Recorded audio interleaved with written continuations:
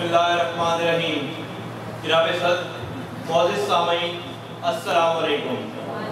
आज मुझे जिस मौजू पर तकरीर का मौका मिला है वो है हमारा मिशन सरसब्ज़ो शादाब पाकिस्तान। जनाब सद, सबसे पहले इस बात से वाकिफ होना हमारा लाजमी है कि शऊर क्या है। शऊर दो तरह के होते हैं, एक शऊर बराए शऊर और दूसरा शऊर बराए अमल।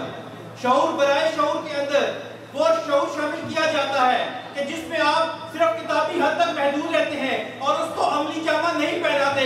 लेकिन शऊर बराए अमल इसके बरक्स है कि आप सिर्फ शऊर में उसके ऊपर इन्हिसार नहीं करते, लेकिन जनाब सद आप उसको अमली जामा भी पहनाते हैं। और हमारे मुआशरे का वो तबका, जनाब सद हमारे मुआशरे का वो तबका जरूरी है, उसकी ऑक्सीजन के लिए 7 दरख्त जरूरी हैं कि उसकी ऑक्सीजन पूरी होती रहे, लेकिन हम दरख्त लगाने तक आते हैं। ये हमारा लम्हा खुफिया है। पाकिस्तान जिंदाबाद, पाकिस्तानी कौम पाइंदाबाद।